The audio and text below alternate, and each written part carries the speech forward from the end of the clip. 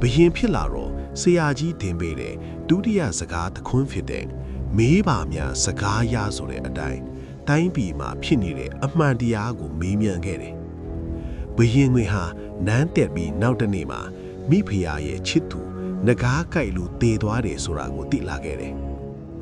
မိဖုရားကလည်းဘရင်ဖြစ်လာမဲ့မောင်ပေါချိုင်းကိုမနှက်အသက်ဆုံးမှဖြစ်လို့ဝမ်းသာနေတာပေါ့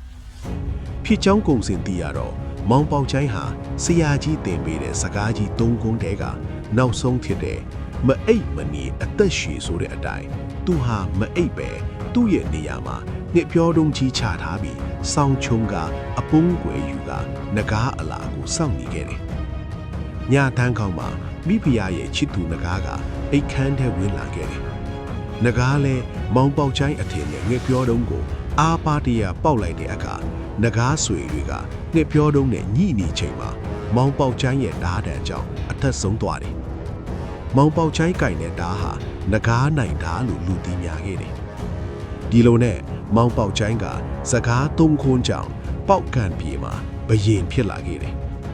နောက်တစ်ပိုင်းမှာမောင်ပေါချိုင်းကိုမိဖုရားကဘလို့အကောက်ကြံပလဲစောင့်ကြည့်ဖို့ like follow နဲ့ subscribe လုပ်ပေးခါပါအောင်